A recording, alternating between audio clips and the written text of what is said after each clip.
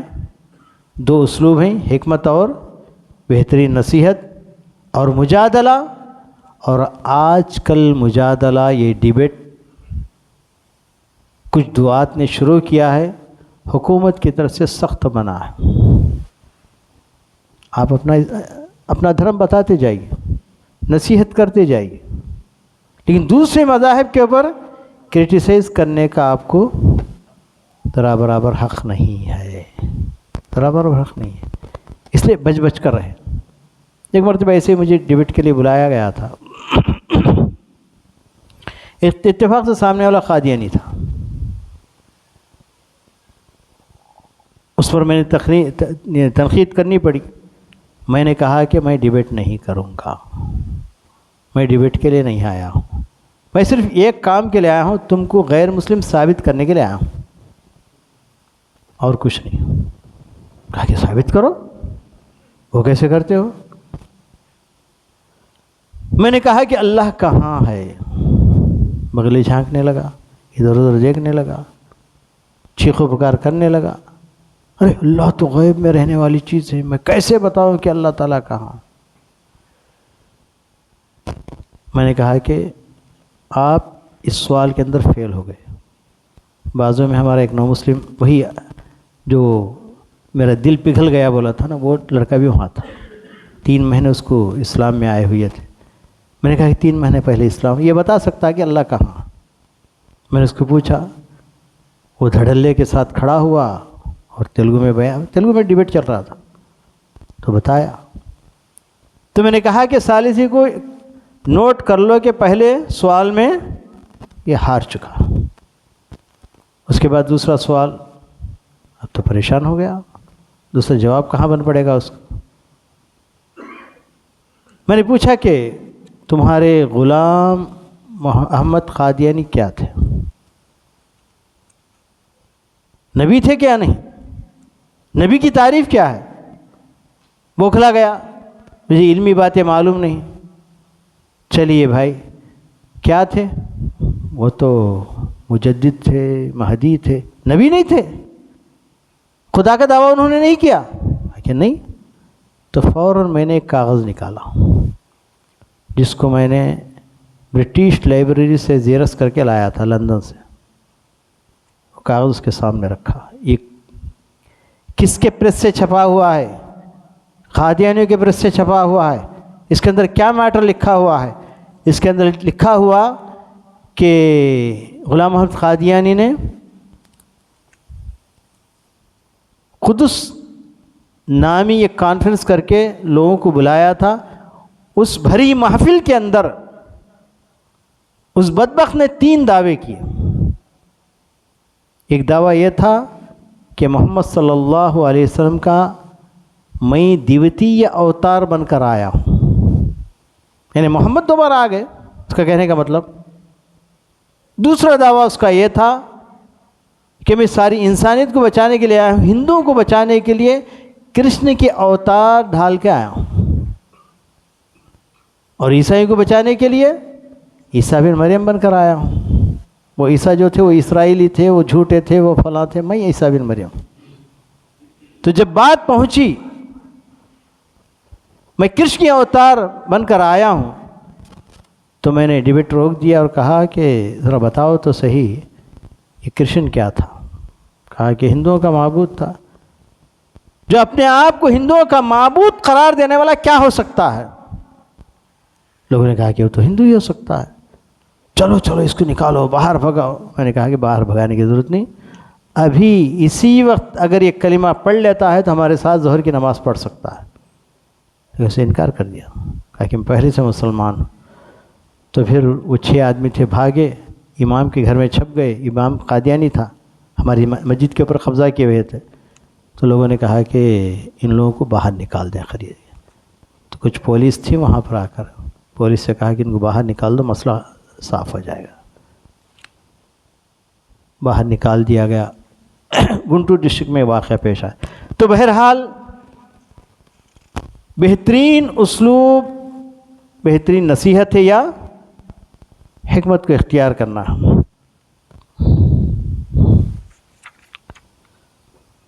تو یہ تھے وسائل دعوت, اسالیب دعوت. اب ہم چلیں گے وسائل دعوت کی طرف. وقت کتنا باقی؟ 15 منٹ. تو 5واں رکن ہے دعوت کے وسائل و ذرائع. بڑے اختصار کے ساتھ میں چلوں گا. وسائل کتنے ہیں؟ اسالیب تو جان لیا نا. اسالیب کتنے تھے بنیادی طور پر؟ دیکھیں, ساری نصیحت کرنے کے بعد رام کو سیتا کیا ہوتی بولے تو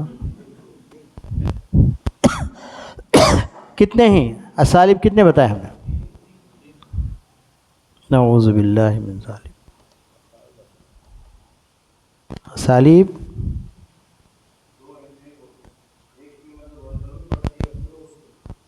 دو وسائل ہیں. تیسری چیز دعوت کی ضرورت ہے. وسائل کیسے؟ پھر فائدہ کیا ہے اتنی لمبی نصیحت کا؟ فائدہ کیا ہے کچھ فائدہ؟ ہاں کیوں بھائی؟ اور صاحب وہی پیچھے بیٹھے ہیں. کوئی بات نہیں, بات سمجھ رہے ہیں نا. آپ کی تعریف ہو رہی ہے, آپ کی تعریف ہو رہی ہے. تو دعوت کے اسلوب کتنے ہیں؟ 3 نہیں بولیں گے نا. تیسرا کیا ہے؟ ضرورت ہے. ڈیبیٹ ضرورت ہے, وہ اسلوب نہیں ہے. اب آئیے وسائل کے بارے میں بات کریں گے. وسائل, ذرائع, دعوت کے ذریعے. ہاں پری کا رالو. تو بھلا بتائیے مجھے دعوت کے وسائل کتنے ہو سکتے ہیں؟ ہاں بتائیے. 2, 3, 4.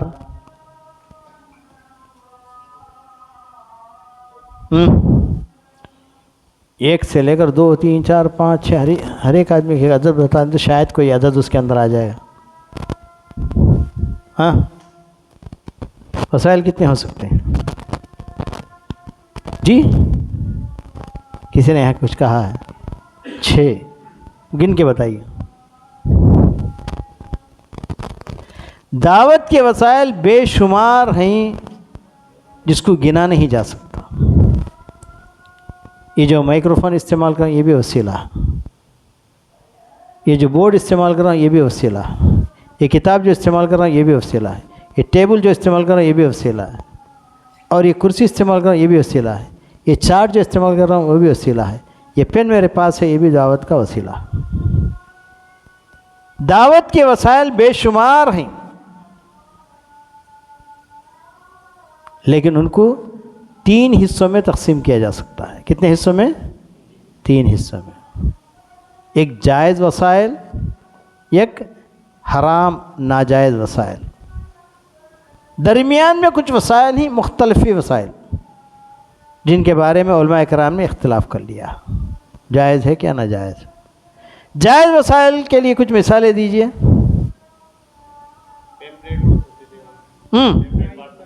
جی جی یہ سارے وسائل جائز وسائل. ناجائز وسائل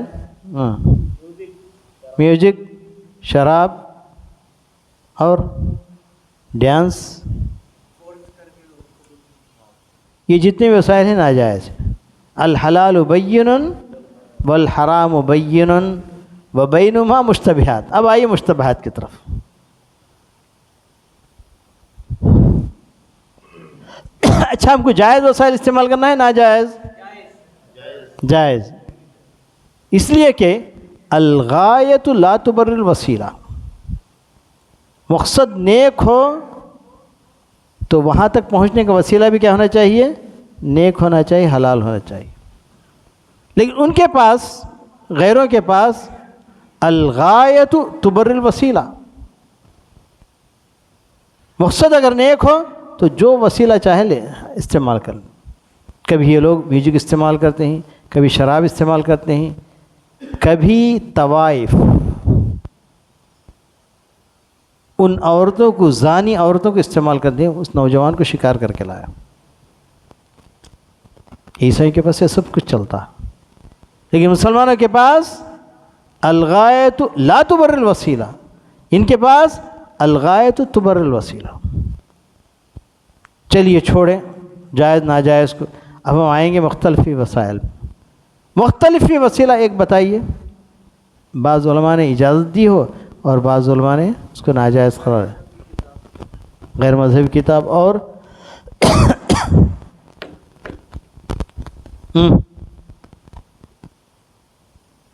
اور کوئی وسیلہ؟ ہاں جی، یہ جو استعمال کر رہے ہیں آپ، ویڈیوگرافی، فوٹوگرافی، یہ اختلافی وسیلہ۔ اب اس بارے میں تھوڑی سی بحث کریں گے۔ آپ علماء فتویٰ دیجئے، کون جائز قرار دیں گے، کون ناجائز قرار دیں گے؟ جائز، ہاں، اور ہاں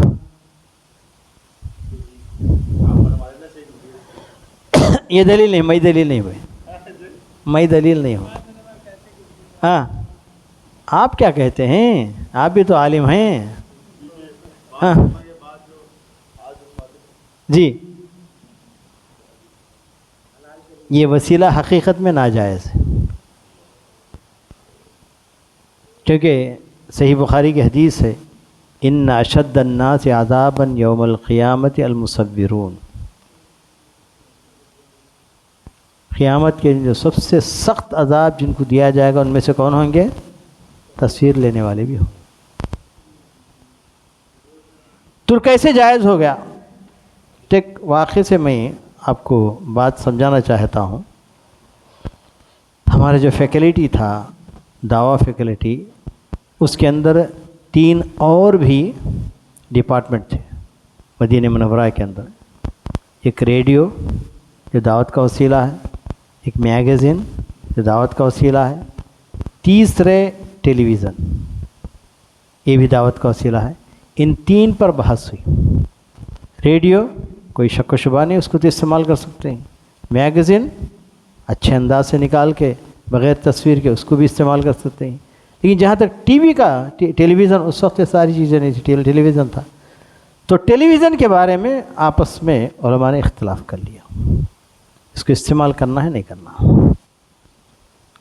تو آپ کیا اختلاف کریں گے؟ چلو شیخ بن عثیمین رحمۃ اللہ علیہ کو بلائیں گے، جو اس وقت وہاں کے سعودی عرب کے سب سے بڑے عالم تھے، شیخ بن باز کے بعد۔ بلا لیا گیا، مجھے اچھے طریقے سے یاد ہے، جیسے ہی وہ حال میں پہنچے جس حال میں ہم لوگ نماز پڑھتے تھے، پوچھا، غالباً میں ہی تھا وہاں، پوچھا مصلی ہے؟ نے کہا مصلی ہے۔ 2 رکعت نماز پڑھی انہوں نے اور میٹنگ ہال میں چلے آئے۔ انہوں نے ایک مثال دے کر سمجھائی، کہا کہ دیکھو، اس ٹی وی کو جائز قرار دینے کے لیے میں ایک بات بتاتا ہوں۔ میں اس حال میں ہوں، لوگ میرے محاضرہ سن رہے ہیں، حال بھر گیا۔ ایک اور حال کا ارینجمنٹ کیا گیا، ان لوگوں کا اصرار ہے ہم بھی شیخ کی تصویر کو دیکھیں گے، تو اس لیے میرے سیٹ میں وہاں پر ایک بہت بڑا آئینہ رکھ دیا گیا، مرر، اور اس آئینے کے اندر میری تصویر نظر آتی ہے۔ اس حال والے اس کو دیکھ رہے ہیں۔ یہ جائز ہے کہ ناجائز ہے؟ جائز ہے۔ تو یہ طبعی آئینہ جب جائز ہے تو الیکٹرانک آئینہ ہے کیوں نہیں جائز ہونا چاہیے؟ بات سمجھ میں آ رہی؟ لیکن اس کے باوجود میں کہوں گا کہ یہ تصویر اپنی جگہ تصویر ہے۔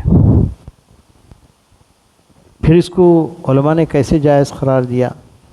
تو بعض علماء ذکر کرتے ہیں کہ تصویر حرام ہونے کی علت تلاش کرتے ہیں. علت کا تو وجہ کیا ہے تصویر حرام ہونے کی وجہ؟ کون بتائیں گے؟ تصویر حرام ہونے کی وجہ 2 وجوہات ہیں. نمبر 1، یہ وسیلہ الی الشرک، شرک کا وسیلہ بنتی ہے تصویر. نوح علیہ السلام کے زمانے میں وسیلہ بنی تھی، فوٹو سے اسٹیچو وہاں تک گیا تھا، بعد میں معبود بنا لیے تھے بتوں کو. نمبر 2، اس کے اندر مزاحات ہے. مزاحات کے معنی اللہ کا مقابلہ ہے. اللہ تو نے انسان بنایا، دیکھو ہم نے بھی ایسا ایک انسان بنا لیا. ان 2 چیزوں کی وجہ سے حرام ہے. اچھا، پھر ویڈیوگرافی، تو اس کے اندر علماء نے کہا کہ اس کی 2 قسمیں، ایک ویڈیوگرافی ہے، ایک فوٹوگرافی. فوٹوگرافی میں یہ دونوں علتیں بدرجہ اتم موجود ہیں. فوٹوگرافی کہیں بھی لٹکائی جا سکتی ہے، اور فوٹوگرافی کے اندر ایک اس کا عکس لے کے لوگ بتایا جاتا ہے کہ دیکھو بالکل ویسے ہی تصویر ہم نے بنائی ہے، فلاں شخص ہوا کرتا ہے. تو اس کے اندر مزاحات ہے. اس لیے کہا علماء کرام نے فوٹوگرافی بالکل ناجائز ہے، الا یہ کہ کہیں ضرورت پڑ جائے، جیسے پاسپورٹ ہے، جیسے آپ کا آدھار کارڈ ہے، فلاں فلاں فلاں. ویڈیوگرافی میں کہا کہ اس کو لٹکایا نہیں جاتا، اور یہ اس کے اندر آپ کوئی عکس لے کر لوگوں کو نہیں بتا رہے. جو حقیقی جو حرکات ہو رہے ہیں، حقیقی جو انسان ہیں، انہی حرکتوں کو لوگوں تک پہنچا رہے ہیں. دور کی تعویل ہے نا. لیکن یاد رکھیے کہ ہم جو کہتے ہیں یہ چیز جائز ہے، مگر کچھ کنڈیشنز کے ساتھ. وہ کنڈیشنز دائیوں کو معلوم کرنا ہے. نمبر 1، الضرورات تبیح المحظورات. ضرورتیں ایجاد کے ماہی تو بتاتے ہیں، ضرورتیں کبھی کبھی ناجائز چیز کو جائز قرار دیتی. اور اس کی ضرورت کیا ہے؟ ساری دنیا میں باطل اس ذریعے سے خوب پھیلتا جا رہا ہے، اس کا مقابلہ کرنا، تو اس کا اسی ذریعے کو ہم استعمال کرنا ہے. ایک. نمبر 2، الضرورات تقدر بقدرها. ضرورتیں اندازہ لگا کر اس کو محدد کیا جاتا ہے. تو اس لیے آپ کی ضرورت دعوت کی حد تک ہے، پرسنل ویڈیوگرافی لینے کی اجازت نہیں ہے. الضرورت تقدر بقدرها. اور اس کے علاوہ کنڈیشن اس کے اندر یہ رکھی گئی ہے، فَمَنِ اسْتُرَّ غَيْرَ بَاغٍ وَلَا عَادٍ فَلَا إِثْمَ عَلَيْهِ. جو شخص اس وسیلے کو استعمال کرنے پر مجبور ہوا لیکن چاہتے ہوئے نہیں، ضرورت سے زیادہ استعمال کرتے ہوئے نہیں، تو پھر جائز. تو ان کنڈیشنز کے ساتھ یہ تصویر، یہ ویڈیوگرافی جائز ہے. لیکن آڈیوگرافی فوٹوگرافی کے بارے میں علماء اکرام نے یعنی تقریباً اس کو ناجائز قرار دیا. تو ھذا ما عندنا واللہ عالم بالصواب. ھذا وصلی اللہ علی نبینا محمد وعلی آلہ وصحبہ اجمعین. بحث کرنا ہو تو پھر کبھی موقع ملے گا تو اس وقت کریں گے. آج اسی پر ہم بس کرتے ہیں. ھذا وصلی اللہ علی نبینا محمد وعلی آلہ